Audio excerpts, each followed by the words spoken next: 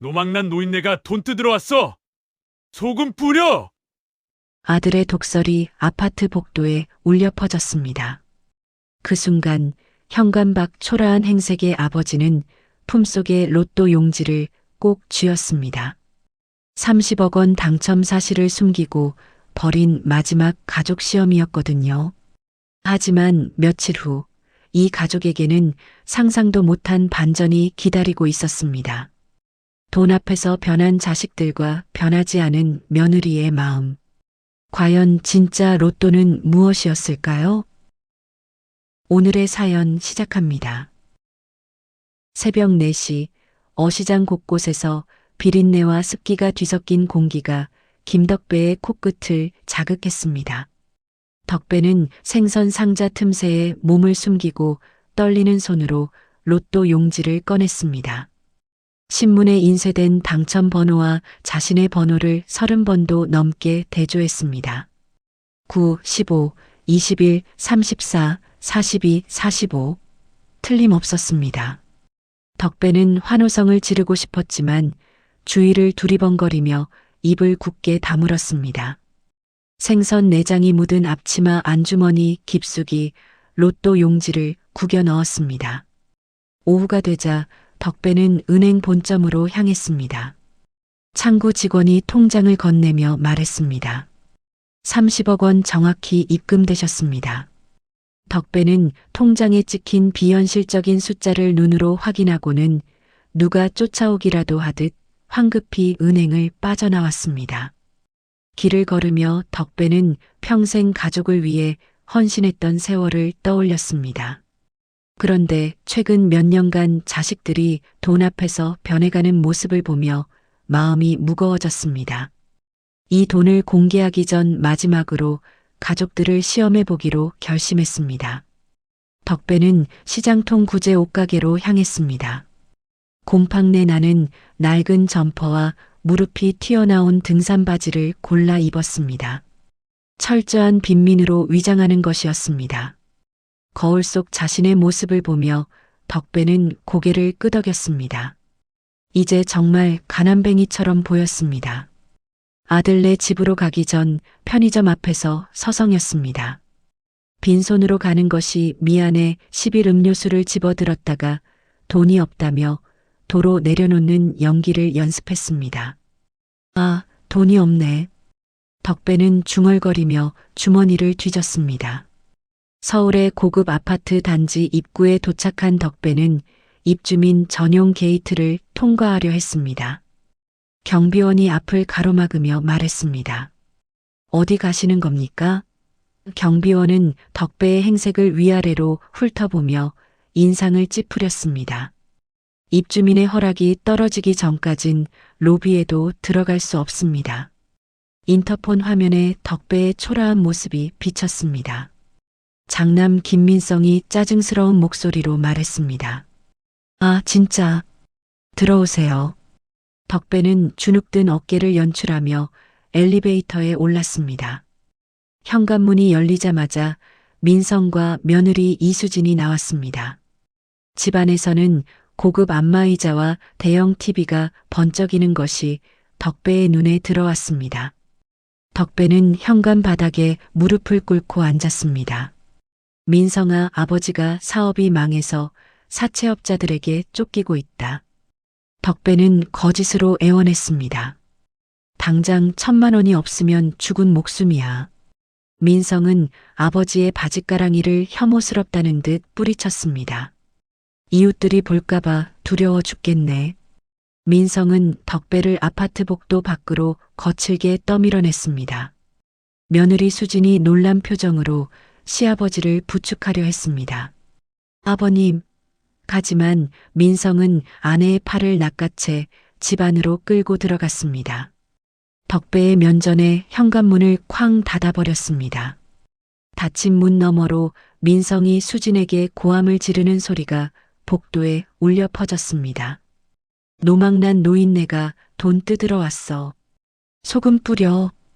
덕배는 아파트 단지 벤치에 힘없이 앉았습니다. 품속의 로또 용지를 만지작거렸습니다. 베란다 창문을 통해 불안하게 자신을 내려다보는 수진과 눈이 마주쳤습니다. 덕배는 수진의 걱정스러운 표정을 보며 마음 한구석이 따뜻해지는 것을 느꼈습니다. 1시간 뒤 인적 드문 공원 벤치에 앉아 덕배는 깡소주를 들이키고 있었습니다. 쓴맛이 목구멍을 타고 내려가며 가슴속 응어리를 씻어내는 듯 했습니다. 그때 슬리퍼 한 짝이 벗겨질 정도로 급하게 달려온 며느리 수진이 나타났습니다. 수진은 헝클어진 머리를 정리할 새도 없이 주위를 두리번거렸습니다. 남편이 따라오지 않았음을 확인하고 안도의 한숨을 내쉬었습니다. 아버님, 괜찮으세요? 수진이 숨을 헐떡이며 덕배 옆에 앉았습니다. 수진은 품속에서 체온으로 따뜻해진 낡은 흰 봉투 하나를 꺼냈습니다. 꼬깃꼬깃하게 접힌 봉투를 덕배의 거친 손에 쥐어주었습니다. 이거라도 받으세요. 덕배가 떨리는 손으로 봉투 안을 확인했습니다. 딸의 심장 수술을 위해 5년간 붓던 적금 만기 통장과 해지 환급금 영수증이 들어 있었습니다. 당장 수술해야 하는 위급 상황은 아니었지만 이 돈이 없으면 수술 대기 순번이 밀려 언제 수술을 받을지 모르는 상황이었습니다. 사실상 손녀의 미래가 담긴 돈이었습니다. 수진이 눈물을 글썽이며 말했습니다. 당장 급한 불부터 끄세요. 우리 딸 수술은 제가 식당 일을 더해서라도 다시 모을게요. 덕배는 손녀의 생명줄과도 같은 이 돈을 차마 받을 수 없었습니다. 손을 떨며 거절하려 했지만 수진은 억지로 덕배의 주머니에 봉투를 찔러 넣었습니다. 제발 받으세요. 수진은 덕배의 손을 꼭 잡았습니다. 남편에게는 비밀로 해달라고 부탁드려요. 수진은 민성에게 들킬까 두려워 황급히 뒤돌아 뛰어갔습니다. 멀어지는 며느리의 뒷모습을 보며 덕배는 가슴속 깊은 곳에서 끓어오르는 오열을 삼켰습니다. 이 장면을 자신의 낡은 폴더폰 녹음 기능으로 모두 기록해 두었습니다. 이런 며느리가 있구나. 덕배는 중얼거리며 마음을 다잡았습니다. 확인차 둘째 딸이 운영하는 카페 근처로 이동했습니다. 유리창 너머로 명품 가방을 든 딸의 모습을 지켜보며 전화를 걸었습니다. 전화를 받은 딸이 신경질적으로 말했습니다. 오빠한테 얘기 들었어. 나도 가게 월세 밀려서 죽겠으니 전화하지 마. 딸은 곧바로 전화를 끊어버렸습니다. 덕배는 그 모습을 씁쓸하게 바라보았습니다. 자식들 중 오직 피가 섞이지 않은 며느리 수진만이 자신의 진짜 가족임을 확신했습니다. 로또 당첨금의 사용처를 마음속으로 확고히 결정했습니다. 결심을 굳힌 덕배가 자리에서 일어나는 순간이었습니다. 공원 입구 자판기 옆에서 검은 양복을 입은 낯선 사내들이 덕배를 주시하며 수군거렸습니다. 사내들은 최근 시장에 로또 1등 당첨자가 나왔다는 소문과 함께 며칠간 가게를 비우고 양복점 앞을 서성이는 덕배의 수상한 행적을 감시하던 중이었습니다. 덕배는 등골이 서늘해짐을 느꼈습니다. 옷깃을 여미고 사내들의 시선을 피해 인파가 북적이는 지하철역으로 몸을 숨겼습니다. 지하철 스크린도어에 비친 자신의 모습을 보며 덕배는 다짐했습니다. 이제 더 이상 당하고만 사는 생선 장수 김덕배로 남지 않겠다고 말입니다. 다음 날 오후 덕배가 재래시장 골목에서 콩나물을 다듬고 있을 때였습니다.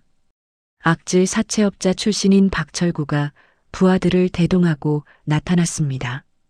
철구는 시장에 도는 로또 당첨 소문과 덕배의 최근 수상한 행적을 엮어 생각했습니다. 가게 휴업, 서울 방문, 양복점 앞을 서성이는 모습까지 덕배에게 꽁돈이 생겼음을 직감하고 떠보기 위해 접근한 것이었습니다. 철구는 20년 전 덕배가 이미 갚았던 빚의 차용증을 정교하게 위조해 들이밀었습니다. 김덕배, 이자 계산이 잘못돼서 5억이 남았어. 철구가 비릿한 웃음을 지으며 말했습니다. 덕배는 콩나물을 다듬던 손을 멈추고 차용증을 바라보았습니다. 그 빚은 다 갚았어. 덕배가 항변했지만 철구는 누렇게 변색된 종이에 찍힌 덕배의 옛날 도장을 가리켰습니다. 여기 도장이 찍혀 있잖아. 철구가 시장 바닥이 떠나가라 고함을 질렀습니다. 철구는 덕배의 반응을 살피며 말했습니다. 돈 있는 거 다 아니까 내놓으라고. 덕배의 당황하는 기색에서 자신의 심증이 맞음을 확신했습니다. 덕배가 끝까지 오리발을 내밀자 철구는 본보기로 덕배의 생선 좌판을 발로 차 뒤엎어버렸습니다. 얼음과 생선이 바닥에 뒹굴며 아수라장이 되었습니다. 이런 식으로 나올 거야? 철구는 아들 민성에게 영상 통화를 걸었습니다. 엉망이 된 현장과 겁에 질린 덕배의 얼굴을 비추며 말했습니다. 아버지가 사채를 써서 이 지경이 났습니다. 거짓 정보를 흘리는 것이었습니다. 화면 속 민성은 아버지를 걱정하기는커녕 혹시라도 빚이 상속될까 두려워했습니다. 우리는 법적으로 남남이나 다름없으니 알아서 하세요. 민성이 손사래를 치며 말했습니다. 스피커폰으로 아들의 목소리를 들은 철구는 비릿한 웃음을 지었습니다. 자식도 버린 노인네를 누가 지켜주겠냐? 철구가 조롱하며 덕배의 뺨을 툭툭 쳤습니다. 신고를 받고 출동한 경찰이 도착했습니다. 하지만 철구는 교묘하게 위조 차용증을 흔들어댔습니다. 가족 간의 채무 문제로 말다툼 중이었습니다. 경찰이 민사 불개입 원칙을 들먹이며 말했습니다. 쌍방이 원만히 합의하세요. 경찰은 철구 일당을 체포하지 않은 채 현장을 떠났습니다. 경찰이 사라지자 철구가 섬뜩한 경고를 남겼습니다. 오늘은 맛보기고 내일은 내 며느리 직장으로 가겠다. 철구 일당은 골목 뒤로 사라졌습니다. 덕배는 철구의 폭력보다 아들의 비정한 말 그리고 공권력의 무관심에 더 큰 절망을 느꼈습니다. 주저앉아 엉망이 된 생선 좌판 위에 뭉개진 생선들을 주워 담았습니다. 이대로는 돈도 가족도 모두 잃을 수 있다는 위기감을 느꼈습니다. 덕배는 바닥에 떨어진 철구의 명함을 주워 구겼습니다. 단순히 피하는 것이 아니라 이들을 압도할 힘과 전략이 필요함을 절실히 깨달았습니다. 가슴속에서 무언가 뜨거운 것이 끓어오르기 시작했습니다. 그날 밤 갈 곳을 잃은 덕배는 한강공원 다리 밑 벤치로 향했습니다. 그곳에서 법률 전문 서적을 받침대 삼아 컵라면을 먹고 있는 노숙자 노인을 발견했습니다. 이질적인 모습에 호기심을 느끼며 편의점에서 산 소주 한 병을 건넸습니다. 어르신, 함께 드실래요? 덕배는 자신의 기구한 사연과 철구의 위조 서류 이야기를 한탄하듯 털어놓았습니다. 노인은 묵묵히 라면 국물을 마시며 이야기를 들었습니다. 덕배가 찍어둔 차용증 사진을 보자마자 노인의 눈빛이 매섭게 변했습니다. 노인은 꼬질꼬질한 품속에서 금태 안경을 꺼내 썼습니다. 이 양식의 인지는 90년대에는 쓰지 않았던 것이야. 위조의 결정적 증거를 단번에 짚어냈습니다. 노인이 자신을 소개했습니다. 나는 전직 대법관 출신의 최 변호사라고 하네. 은퇴 후 무료 법률 상담을 하며 세상을 떠돌고 있어. 덕배가 놀라 입을 다물지 못하는 사이 최 변호사가 제안했습니다. 따뜻한 국밥 한 그릇 값으로 이 사건의 법적 대리인이 되어주지. 최 변호사는 철구 같은 악질들을 일망타진하기 위해서는 법보다 더 강력한 함정이 필요하다고 조언했습니다. 미꾸라지는 법망을 피하거든. 다음 날 덕배와 최 변호사는 강남의 고급 바버샵과 양복점으로 향했습니다. 덥수룩한 수염을 깎고 최고급 맞춤 정장으로 갈아입으며 파격적인 변신을 시도했습니다. 거울 앞에 선 덕배는 시장통 생선 장수의 구분 등을 폈습니다. 냉철한 30억 자산가의 눈빛을 하며 옷매무새를 다듬었습니다. 최 변호사 역시 노숙자의 때를 벗고 날카로운 지성미를 풍기는 노신사로 돌아왔습니다. 자신의 옛 제자들인 검찰 라인에 전화를 걸어 협조를 요청했습니다. 김 검사 나야. 최 변호사. 덕배는 자식들과 친척들에게 칠순 잔치 초대장을 발송했습니다. 장소는 시내 최고급 호텔이며 드레스 코드는 정장이라는 문구를 넣었습니다. 최 변호사는 철구가 잔치에 난입할 것을 예측했습니다. 오히려 그를 유인의 현행범으로 체포할 계획을 세우며 호텔 보안팀과 사전에 입을 맞췄습니다. 덕배는 철구가 안심하고 들어올 수 있도록 호텔 입구 보안을 일부러 느슨하게 하라는 지시를 내렸습니다. 너무 삼엄하면 안 들어올 테니까. 덕배와 최 변호사는 호텔 꼭대기층 스위트룸에서 도시의 야경을 내려다보았습니다. 건배 대신 비장한 눈빛을 교환했습니다. 덕배는 품속의 로또 용지를 만졌습니다. 이제 단순한 종이가 아니라 가족을 지키고 악을 응징할 칼자루가 되었음을 느꼈습니다. 전의를 불태우며 내일을 준비했습니다. 일주일 후 최고급 호텔 연회장에 민성과 딸 등 자식들이 모였습니다. 아버지의 생신 축하보다는 테이블 위에 와인 가격을 검색하며 계산기를 두드렸습니다. 덕배가 빚쟁이들을 피해 숨어 있을 것이라 예상하며 이 호화로운 잔치가 자신들에게 돈을 빌리기 위한 쇼라고 단정지었습니다. 서로 눈치를 보며 수군거렸습니다. 며느리 수진만이 낡은 정장을 입고 입구에서 하객을 맞이했습니다. 불안한 표정으로 시아버지가 무사히 오기만을 기다렸습니다. 아버님, 제발 무사히 오세요. 수진이 속으로 기도했습니다. 연회장의 조명이 꺼지고 핀 조명이 입구를 비췄습니다. 고급 턱시도를 입고 지팡이를 짚은 덕배가 위풍당당하게 걸어 들어왔습니다. 자식들이 덕배의 달라진 모습에 입을 다물지 못했습니다. 하객으로 위장에 잠입했던 철구와 부하들이 옷 속에 숨긴 쇠파이프를 꺼내 들었습니다. 철구가 비아냥거리며 말했습니다. 노인네가 돈 좀 생겼나 보네. 식탁을 뒤엎고 덕배에게 달려들며 난동을 부리기 시작했습니다. 하객들이 비명을 지르며 도망치는 혼란 속에서 덕배는 당황하지 않고 손가락을 튕겨 신호를 보냈습니다. 구석 테이블에서 와인을 마시던 최 변호사가 일어났습니다. 철구 앞에 위조 사문서 행사 및 공갈 미수 고소장을 던졌습니다. 동시에 커튼 뒤에서 대기하고 있던 강력계 형사들이 들이닥쳤습니다. 철구 일당을 특수협박 및 주거 침입 혐의로 현장에서 제압했습니다. 체포한다. 철구가 수갑이 채워져 끌려가면서 악담을 퍼부었습니다. 최 변호사가 차갑게 응수했습니다. 교도소 밥이 입에 맞길 바라네. 소란이 진정되자 덕배는 연단 뒤 대형 스크린에 자신의 통장 잔고 30억 원을 띄웠습니다. 자식들의 탐욕스러운 눈동자가 스크린에 고정되었습니다. 덕배가 마이크를 잡고 선언했습니다. 이 돈은 내가 가장 힘들 때 나를 가족으로 대해준 유일한 사람의 것이다.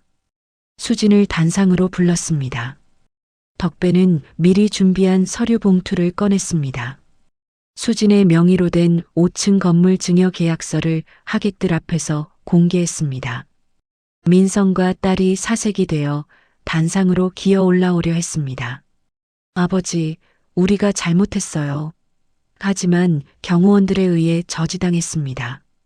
수진은 믿기지 않는 상황에 손으로 입을 틀어막고 눈물을 흘렸습니다. 덕배는 그런 며느리의 어깨를 감싸 안고 처음으로 따뜻하게 웃어 보였습니다. 연회장은 수진을 향한 하객들의 박수갈채와 땅을 치며 후회하는 자식들의 통곡 소리가 뒤섞였습니다. 절정의 순간이었습니다. 덕배가 수진의 손을 잡고 단상에서 내려오던 중이었습니다. 갑자기 귀에서 B- 하는 이명이 들리며 시야가 핑그르르 돌았습니다. 다리에 감각이 없어진 덕배가 중심을 잃고 바닥으로 쓰러졌습니다. 샴페인 잔이 깨지며 붉은 액체가 바닥에 흩어졌습니다. 수진이 비명을 지르며 덕배의 머리를 받쳤습니다. 아버님, 아버님, 기도를 확보하며 응급처치를 시도했습니다. 민성은 구급차를 부르기는커녕 떨어진 덕배의 안주머니를 뒤졌습니다. 최 변호사가 민성을 거칠게 밀쳐냈습니다. 지금 뭐 하는 거야? 구급대원을 호출하며 덕배의 동공 상태를 살피고 응급처치를 시도했습니다. 구급차에 실려가는 와중에도 민성은 구급대원에게 물어보았습니다. 뇌사에 빠지면 재산권 행사는 어떻게 되나요? 아버지의 생사보다 폐륜적인 걱정을 했습니다. 응급실에 도착한 덕배는 급성 뇌경색 판정을 받았습니다.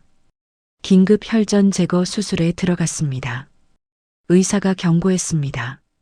골든타임을 놓쳐 편마비가 올 수 있습니다. 수진이 수술실 앞에서 기도를 하며 오열했습니다. 반면 민성과 형제들은 병원 복도 구석 자판기 앞에서 유산 상속 비율을 계산했습니다. 며칠 뒤 덕배가 중환자실에서 의식불명 상태로 누워 있었습니다. 민성은 즉시 대형 로펌 변호사를 선임해 성년후견인 개시 심판을 청구했습니다. 민성은 덕배가 평소 치매 증상이 있었고 며느리 수진이 이를 이용해 재산을 가로채려 했다는 허위 진단서를 돈으로 매수해 조작했습니다. 법원은 민성의 청구를 받아들였습니다. 본안 판결 전까지 덕배의 모든 계좌와 재산을 동결했습니다. 수진에게는 병실 접근 금지 가처분 명령을 내렸습니다. 수진은 병원 보안 요원들에 의해 강제로 로비로 쫓겨났습니다. 유리창 너머로 호흡기를 낀 시아버지를 보며 하염없이 눈물을 흘렸습니다. 민성은 병원 VIP 병동으로 덕배를 옮긴 뒤 면회를 전면 차단했습니다. 수진에게 증여된 건물을 무효화하려는 소송을 준비했습니다. 절망에 빠진 수진이 병원 로비 차가운 바닥에 주저앉아 있을 때였습니다. 최 변호사가 서류 가방을 들고 나타나 그녀의 손을 잡아 일으켰습니다. 덕배 형님이 쓰러지기 전 이런 날이 올 것을 대비해 작성해둔 서류가 있어. 비장의 무기가 있음을 알렸습니다. 최 변호사는 민성 일당의 움직임을 예상하고 있었다는 듯 USB 하나를 꺼내 보였습니다. 수진에게 결의에 찬 눈빛을 보냈습니다. 이제부터 법대로 진짜 싸움을 시작합시다.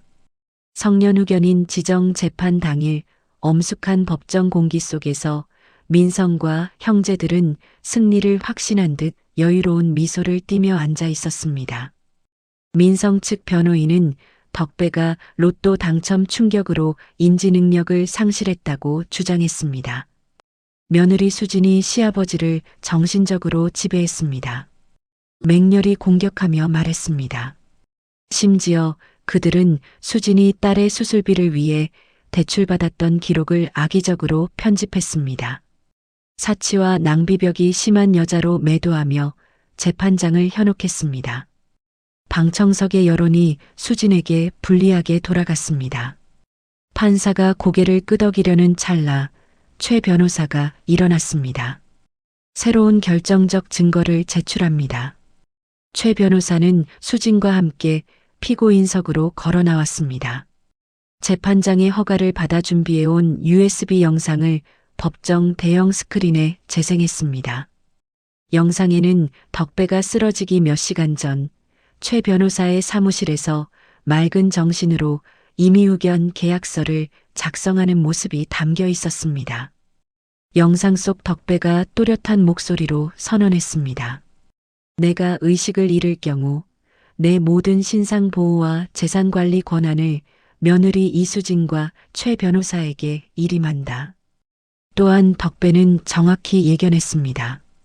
내 자식들은 내 돈을 노리고 나를 금치산자로 몰아갈 것이다.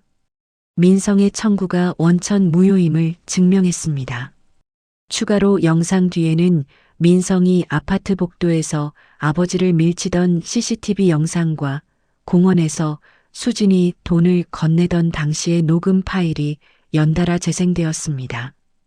방청석에서는 자식들의 끔찍한 폐륜 행위에 대한 경악과 야유가 터져 나왔습니다. 민성은 얼굴이 사색이 되어 변호인의 뒤로 숨었습니다. 판사는 민성 측의 법정 의견 신청을 즉각 기각했습니다. 덕배가 미리 작성한 임의의견 계약의 효력을 인정한다는 판결을 내렸습니다. 또한 재판부는 민성 형제들에게 소송 비용 전액 부담과 함께 덕배에 대한 접근 금지 명령을 추가로 선고했습니다. 재판이 끝나고 텅 빈 법정에 주저앉은 민성 형제들은 서로 고성을 질렀습니다. 내 탓이야. 멱살잡이를 하며 추하게 무너졌습니다.